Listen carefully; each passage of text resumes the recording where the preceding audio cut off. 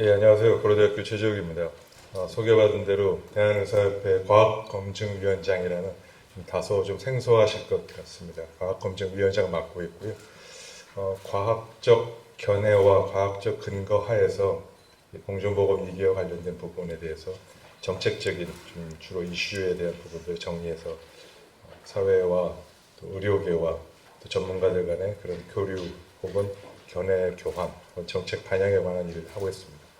오늘 미래 일타 안전보건 포럼에 초대해 주셔서 송영중 우리 사장님, 그다음에 이용순 교수님, 그 외에 많은 분들 대단히 감사드립니다. 말씀 전에서부터 포럼에 대한 취지와 또 진행 목표에 대해서 많은 이야기를 많이 들었습니다. 그래서 이런 취지의 안전보건 환경에서의 미래지향적인 그런 부분들이 앞으로 어떻게 가야 되는지에 대한 논의는 굉장히 중요하고, 더더구나 4차 산업혁명이라든지 또 이 직업성 질환 또 안전보건 관련된 이슈들이 과거의 전통적인 이슈에서 새로운 이슈를 계속 확대돼 나가는, 그 변화돼 나가는 그런 상황에서 어떻게 대응해야 될지 부분은 저 역시도 굉장히 많은 관심을 갖고 있습니다. 오늘은 좀 다소 생소합니다만 신종 감염성 질환 관리 방안에 대한 논의를 좀 말씀드리도록 하겠습니다. 제가 가게 됐고 가는 과정에서 우리 외교부하고 코이카에서 도와주시는 것도 사실입니다만 주선을 했지, 외교부 표현이 우리 황경화 장관님한테 물어보시면 알 거예요. 주선을 했지 주관을 하지는 않았습니다. 그렇게 써달라고 그랬습니다. 처음부터. 그런데 사실은 제가 우즈벡에 한 달 동안 가 있으면서 저는 다시 한번 느꼈는데 일은 어떤 사람이 하고 정치적 이슈를 선전하는 것은 정치가들이 참 대단하게 활용하는 거라는 생각을 느낄 정도로 갑자기 어느 한 2주 정도 지나서부터는 이게 K-방역의 국가 최초의 국가 자문관, 우리가 선진적인 모델을 역시 세계에 보여줬다, 이런 프레임이 잡히면서 거의 총선과 정책 이슈로 확대돼서 이렇게 막 활용되더라고요. 굉장히 깜짝 놀랐고요. 저는 그런 거 전혀 상관없습니다. 어느 입장에 속해 있지도 않고 또 소위 진보나 보수에 관계없고요. 전 과학적인 견지하에서 의학적인 방역과 관련된 부분을 그 나라에 도와주기 위해서 갔고, 제가 ODA라고 흔히 얘기합니다. 국제개발협력과 관련된 일을 10년 넘게 현직에서 일을 하고 있고요. 그러다 보니까 이제 우즈베키스탄뿐만 아니고 아제르바이잔, 볼리비아 많은 나라에서 이 화상 컨퍼런스 통해서 그 나라 정부하고 보건에 관련된 부분 자문하고 그런 일을 사실 지금도 하고 있습니다. 그래서 그런 부분들이 할 때 항상 제가 100% 진짜 자신 있게 말씀드리는 거는, 어느 나라 지역에 가서 일을 할 때 그 지역 전문가가 되지 않으면 그게 먼저고요. 지역 전문가가 돼야 그 다음에 우리 안전보건 기술이든 이 방역 정책이든 이런 부분을 더 자문을 하고 같이 거기에 맞춰서 할 수 있는 거지, 우리의 모델을 가서 그대로 적용할 수 있는 일은 있을 수도 없고요. 불가능한 일입니다. 그래서 그 점은 다시 한번 좀 말씀드리고요.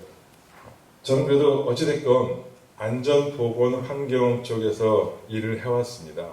그래서 지금은 이 방역, 코로나19, 코비드-19에 관련된 일을 하고 있습니다만, 저는 정확하게 말씀드리면 역학 전문가는 아니고요. 또 감염병 전문가도 더더구나 아닙니다. 그러나 이제 공중보건과 관련된 정책 및 관리, 그 중에서도 위기관리 대응과 관련된 부분에 대해서 굉장히 관심을 갖고 있었고, 또 이머전시 프리페어드니스라고 합니다. 그리고 그런 이머전시 크라이시스 매니지먼트 관련된 리스크 커뮤니케이션, 위기관리 소통을 국민과 이해관계자가 어떻게 해야 되는지에 대한 그런 부분에 계속적으로 관심을 갖고 있어서 과거 에볼라, 메르스, 그다음에 지금까지 의료계의 입장에서 그런 크라이시스 매니지먼트와 리스크 매니지먼트, 리스크 커뮤니케이션에 관련된 일을 해왔고, 그런 부분들의 경험을 갖고 오늘 주로 말씀드리도록 하겠습니다. 예, 지금 말씀드리는 순서고요. 아펜딕스는 참고로 보시고 여기까지 말씀드릴 겁니다. 다음에 워낙에 이 코비드-19, 코로나19 관련된 거는 데이터가 하루하루 바뀌어서, 제가 이번 저번 주에 자료 작성할 때 만든 데이터고요. 지금 현재 데이터는 인터넷에 다 보시면 알겠습니다만, 간단히 말씀드리면 전 세계에 485만 명이 현재 감염됐고요. 그 중에 32만 명이 사망해서 지금 치사율이 6.6%까지 올라갔습니다. 전 세계 평균이니까 나라마다 더 높은 곳도 있고 낮은 곳도 있죠. 예를 들어 미국 같은 경우는 155만 명의 감염자가 발생했고 사망자가 9만 1,000명입니다. 굉장히 여기 높죠. 영국 24만 명이 발생했고 3만 4천 명이 사망했습니다. 이태리 22만 5천 명이 발생했고 3만 2천 명이 사망했습니다. 차이가 독일은 좀 다릅니다. 독일은 17만 명이 발생해서 8천 명이 사망했으니까 사실 발생 숫자, 확진자 숫자나 사망자 숫자도 굉장히 낮죠. 물론 인구 10만 명당으로 이제 환산해서 비교해 보면 그 차이는 더 극명하게 나는데 그러한 차이가 왜 발생했는지 국가별로, 우리나라도 비교합니다만 국가별로 인구 10만 명당 발생 환자 수나 사망률이 왜 차이가 났는지에 대한 부분들이 오늘 제가 말씀드릴 그 내용이기도 하고요. 또 앞으로 또 어떻게 해 나가야 되는지 필요한 부분에 대한 이야기도 합니다. 우선 제가 오늘 말씀드릴 것 중에 전 슬라이드 잠깐 들어가실까요? 큰 흐름에서 말씀드리면 지난 1월서부터 지금까지 코비드-19는 주로 북반구에서 발생했습니다. 북반구가 겨울이었기 때문이었습니다. 지금 이 코비드-19 북반구에서는 전체적으로 이제 좀 감소되는 양상을 보이고 있고요. 남반부 쪽으로 확산세가 증가하고 있습니다. 그래서 남미 쪽에 환자가 이제 폭발적으로 증가하고 있고요. 아프리카에서도 마찬가지로 증가하고 있습니다. 그쪽이 이제 겨울이 됐습니다. 네, 이 북반구하고 상황이 좀 다른 것이 남반부는 사회, 경제적, 방역 역량, 모든 진단 역량이 훨씬 떨어집니다. 그래서 실제로 감염되는 확진자 숫자와 이런 부분이 언더 에스티메이션이 굉장히 심하고요. 예를 들어 제가 좀 자문하고 있는 볼리비아나 파라과이나 이런 나라들은 지금 진단 검사를 하는 것 자체가 우리나라의 진단 검사를 표준화해서 인구 10,000명당 몇 건 이렇게 결과가 나오는데 우리나라에 비하면 거의 10분의 1, 그 정도 수준으로 검사 자체를 굉장히 낮습니다. 그러니까 발견된 환자가 낮은 거죠. 그래서 오히려 굉장히 많은 환자가 있을 것이다. 그리고 사망자도 훨씬 많을 것이다라는 게 우려되는 부분이고요. 또 반대로 얘기하면 하나 더 나가서 얘기하면 금년 겨울이 되면 세컨드 웨이브가 다시 북반구에 올 가능성이 많다라는 부분도 똑같이 많은 분들이 걱정하고 있습니다. 우리나라의 1918년도에 무호 독감이라고 얘기했습니다. 그게 스페인 독감입니다. 1918년도 5월 달에 스페인에서 스페인 독감이 발생했고요. 물론 그것도 미국에서 온 겁니다. 시작은 미국에서 와서 이제 스페인으로 와서 스페인에서 집단 발병했는데 그 스페인 독감이 시베리아 횡단 열차를 타고 조선까지 도착하는데 불과 3개월밖에 안 걸렸습니다. 그래서 우리나라 조선에서도 경성이죠. 그 당시에 2018년도 10월, 11월부터 환자가 생기기 시작해서 12월에 폭발적으로 환자가 발생했고요. 그리고 그 다음에 넘어가서 또 3차 감염이 생겨서 한국에서만 17만 명이 사망했습니다. 그래서 그 무호 독감이라고 합니다. 그때 무호 독감에 관련된 저도 이번에 조사하면서 다 알게 된 겁니다. 그때 의학 잡지로 굉장히 유명한 미국의 자마라는 미국 의사협회 잡지가 있는데 거기에 이 무호 독감에 대한 논문, 역학적인 논문이 실렸는데 그 논문을 닥터 스코필드라고 연세대학교 교수님이시더라고요. 선교사로 오신 수의사였는데 그분이 논문을 자마에 내신 걸로 봤습니다. 그래서 그걸 읽다 보니까 100년 전이나 지금이나 별로 상황이 다르지 않구나. 여러 가지 그런 이제 검사도 나와 있고, 어제 신문에 혹시 그런 거 보셨는지 모르겠습니다만, 그 녹십자가 회복된 환자의 혈청에서 항체를 뽑은 혈장 치료제를 무상으로 공급하겠다, 그런 계획도 발표하지 않았습니까? 그 당시에도 혈청 치료를 했더라고요. 그래서 치료가 안 되니까 회복된 사람한테서 환자한테서 피를 뽑아서 분리해갖고 거기에 면역체만 있는 이제 혈장을 뽑아서 그걸로 다른 환자한테 치료도 해서 치료 효과가 좋았다, 나빴다 이런 연구 결과들이 있는 걸 보고 과거랑 다른 거 없고 달라진 건 유전자 검사 부분이 좀 달라진 거고 그 외에 치료제 부분이나 이런 부분이 조금 더 좋아진 그런 부분이지만 기본적으로 역학적 특징이나 보건학적 특성은 별로 달라지지 않았고요. 그 당시에 또 관련된 일본하고 우리나라에서의 이 방역 정책과 관련된 제가 자료들도 봤는데 그 당시에도 똑같이 마스크를 다 썼더라고요. 다 면 마스크여서 그렇지. 그래서 지금 우리 버스 대중교통 타면은 마스크 써야 된다고 얘기하듯이 조선 이 경성 시내 전차 타면은 전차 탈 때 이 마스크 안 쓰면 마스크 전차 못하게 하고 상황은 별로 다르지 않더라고요. 물론 과학기술 전반적으로 달라졌고 또 지금 뭐 보시는 것처럼 사망률이나 이런 부분은 과거와 비교해서 훨씬 낮지만 바이러스 감염병은 지금의 상황이나 예전의 상황이나 또 뒤집어서 얘기하면 앞으로에도 또 어떤 새로운 감염병이 바이러스가 생길지 모르는 그런 위기의 인면에 항상 직면해 있는데 다만 사람들이 항상 잊어먹는 것 같습니다. 금방 망각하고 금방 또 잊어먹고 그런 망각과 잊어먹은 것 통해서 경험을 활용하지 못하는 나라들은 다시 고생을 좀 하고 그런 상황인 것 같습니다. 다음에 네, 좀 아까 말씀드린 내용 그대로고요. 네, 다음에 몇 가지 상황을 말씀드리면 궁금하실 것 같아서 말씀드리면 집단 면역이라는 부분에 대해서 굉장히 관심들을 많이 가지셨고 지금도 생각을 하시는 것 같습니다. 영국에서 결국 전 인구의 60% 정도가 감염이 돼서 회복된 항체가 생기면 감염이 종식될 거 아니냐. 그게 과거의 경험에서 나온 거니까 어쩔 수 없는 거 아니냐. 못 막을 거다. 어떻게 하겠냐. 그러니까 영국이나 스웨덴이나 그런 집단 면역이라는 부분을 강조하고 너무 고생하지 말자.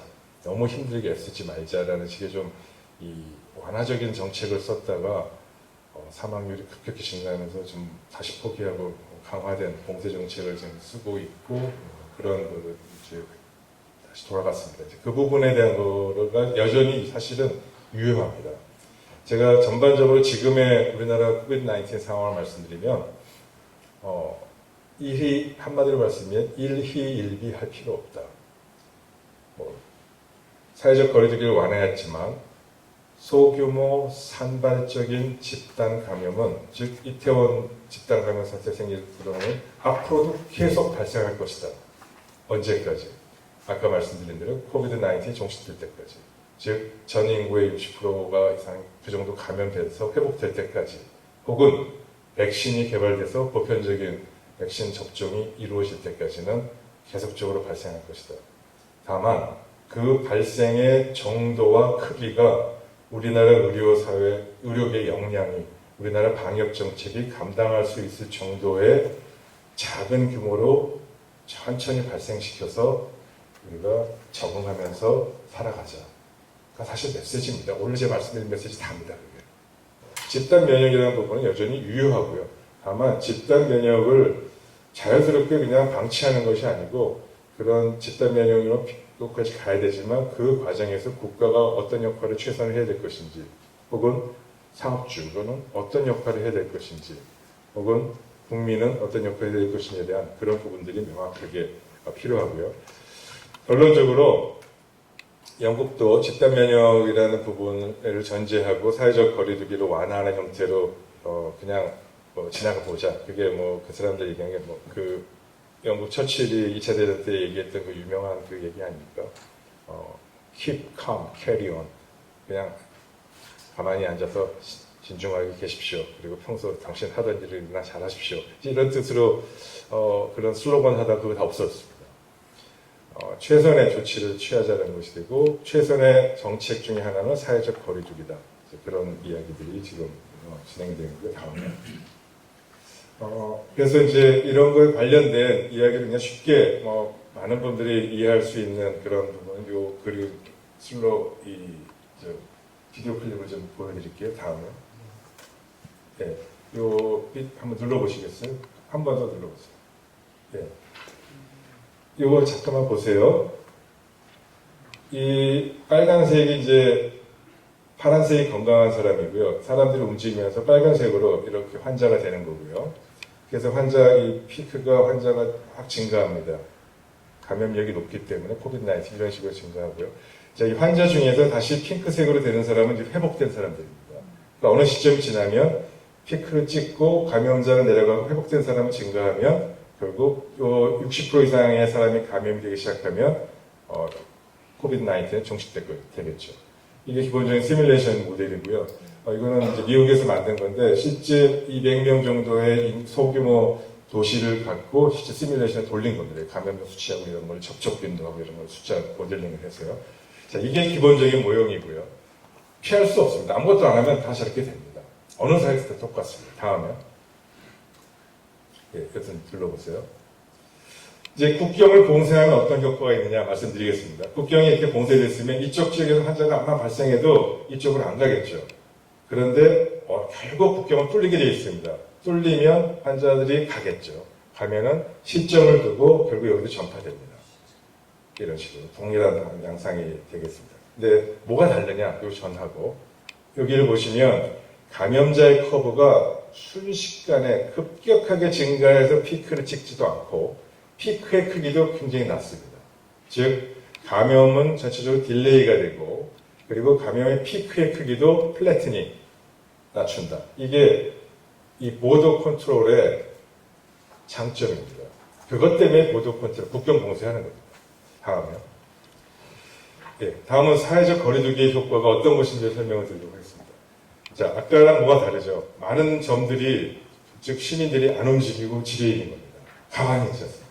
그러니까 접촉이 줄어들죠. 근데 어쩔 수 없이 사회기관 요원과 또 필요한 사람들은 움직이게 돼 있습니다. 그래서 감염이 결국 확산이 됩니다.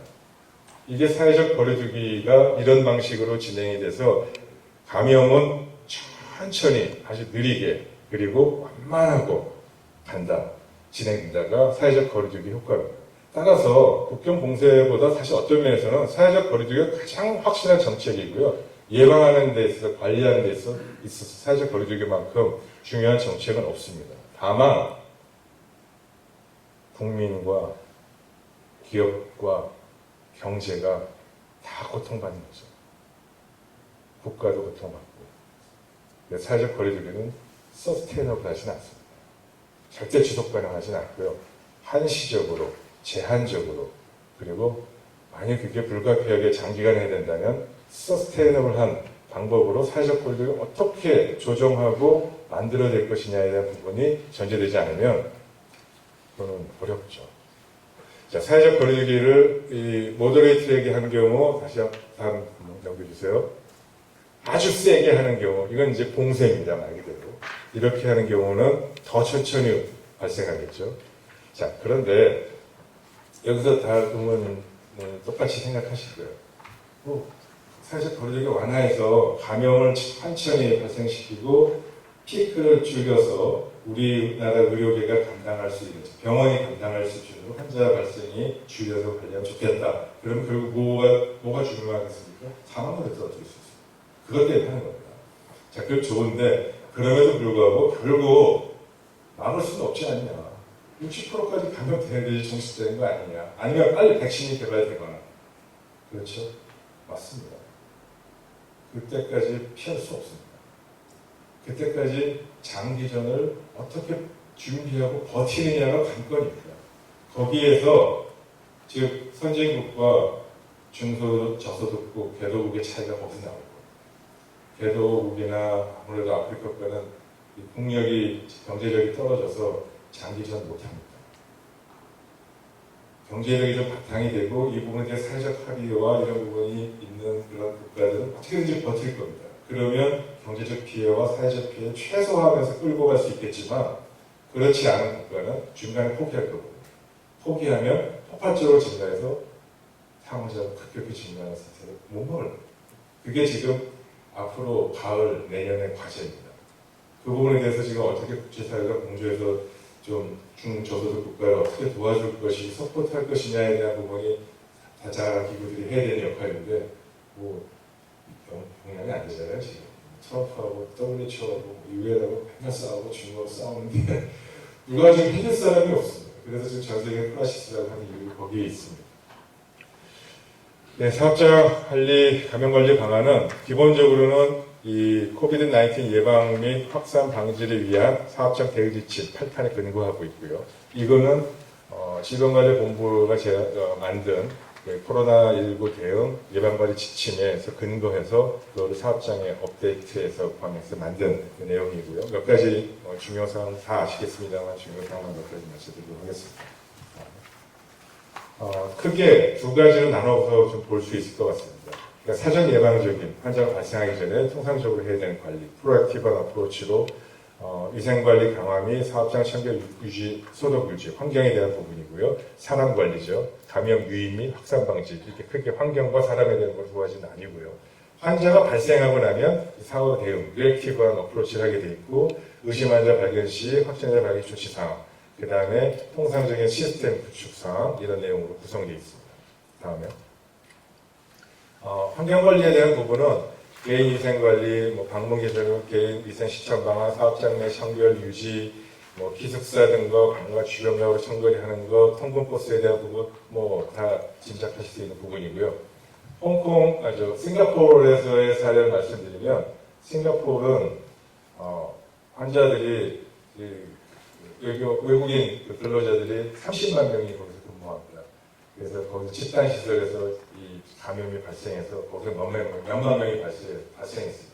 싱가포르의 방역의 모범이라고 전 세계에서 가장 잘 되다가 순식간에 망가진 게 이 근로자들 기숙사에서 이 집단 감염이 발생한 부분을 막지 못해서 그렇습니다. 그 부분은 굉장히 중요한 이슈가 되겠고요. 다음요. 네. 감염이 다중 이용 시설의 경우 발열 모니터링, 화상 카메라 다 이해하실 수 있는 부분들이고요.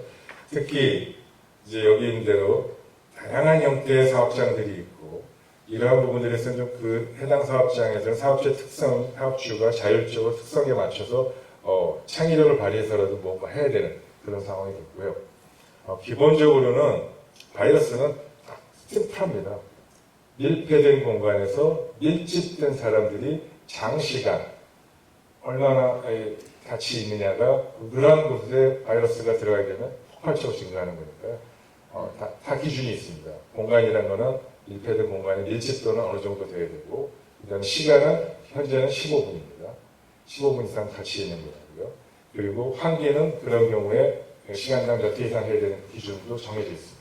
그래서 그런 기준들을 보시고 그런 것을 어쩔 수 없는 밀폐된 공간이고 동일한 공간에 밀집된 사람이라면 환기를 확 올리고 또 그렇지 않으면 다른 걸 조치를 하고 이런 식으로 사업장에서 자율적으로 관리해야 되는 그런 부분들은 사업장의 자율적인 관리 영역에 놓여 있다 그렇게 생각하시면 될 것 같습니다. 다음에 그 외에도 여러 가지 있고 출장 업무에 관련된 부분이 있고요. 다음에 이렇게 원래 시간이 30분까지죠. 조금씩 아시는 내용을 정리하도록 하겠습니다.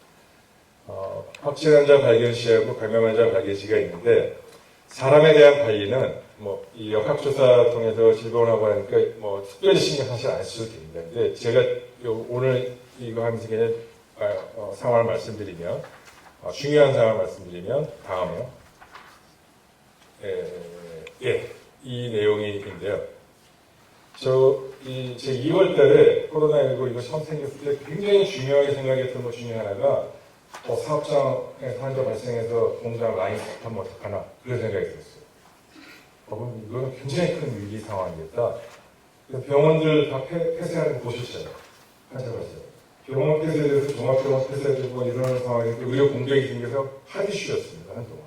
그런데 그게 저는 한편으로 무슨 얘기를 했냐면 우리나라 삼성전자의 반도체 분야에 환자가 생기면 공장 라인 스톱하면은 정말 큰일 나겠다 생각이 들었어요.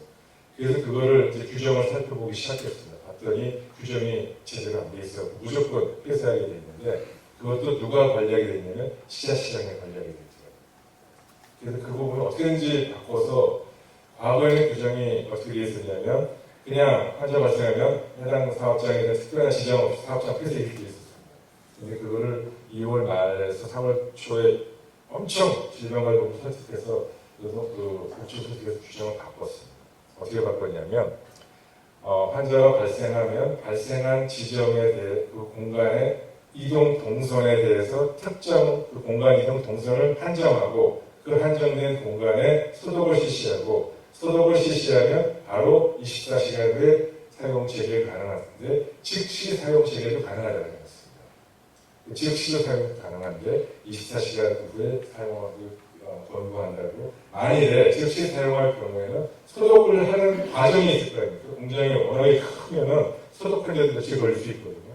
소독을 하는 그런 공장이 큰 경우에는 공장을 라인을 유지 관리해야 되는 필요성이 있는 경우에는 유지 관리 인원을 동원해서라도 적절하게 보호과 방어구를 쓰고 라인을 유지 관리할 수 있도록 했습니다. 가동시킬 수 있게 했고, 그러한 경우에 어떻게 하면 된다는 식으로. 목적은 라인을 쓰지 않도록 사람만 정확하게 하고 라인 유지한테 그런 규정을 다 반영해서 만들었고요.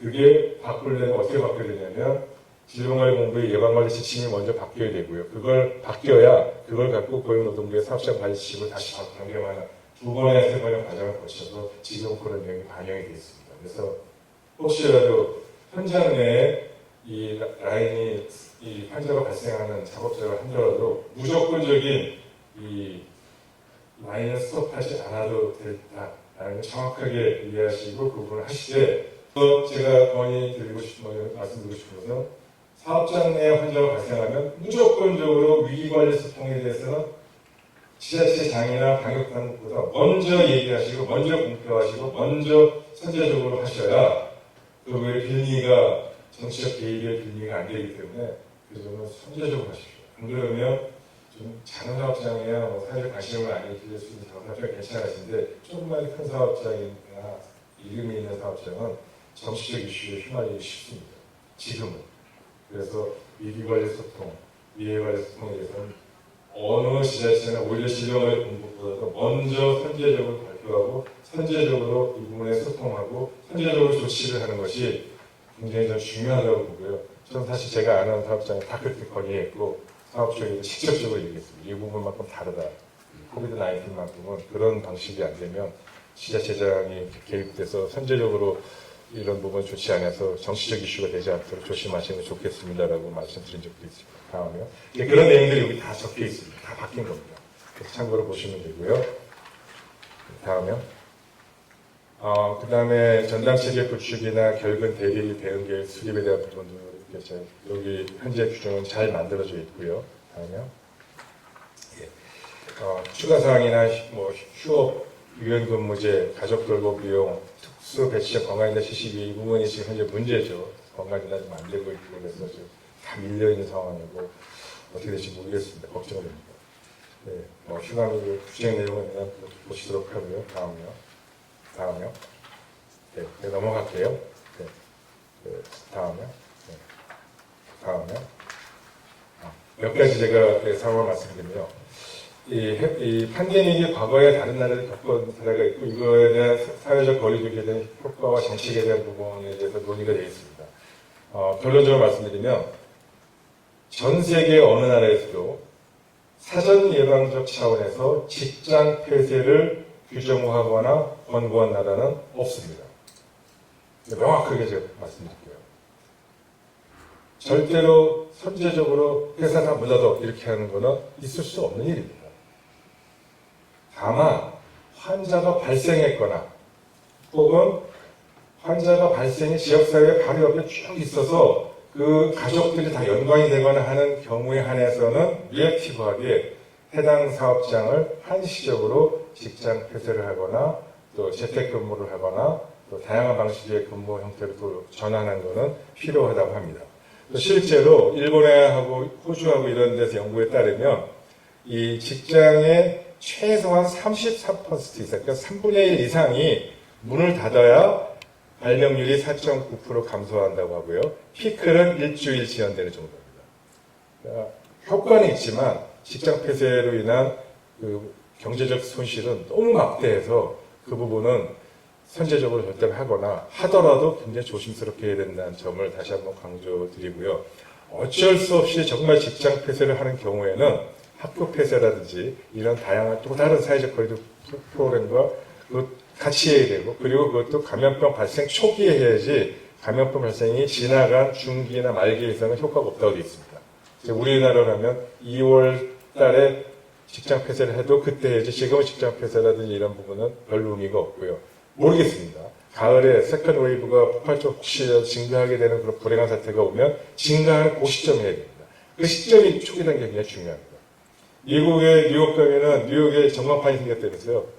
트럼프로 인한 사망자가 뭐 4만 명이 몇만 명이 더 추가해서 이게 트럼프 때문에 정책이 잘못됐다고 비난하는 그 전광판이 있는데 그 근거는 뭔지 아십니까? 학교 폐쇄와 사회적 거리두기 프로그램을 2주 먼저 해야 되는데 2주 이게 늦게 해서 이만원이 생겼습니다. 피크가 2주 차입니다.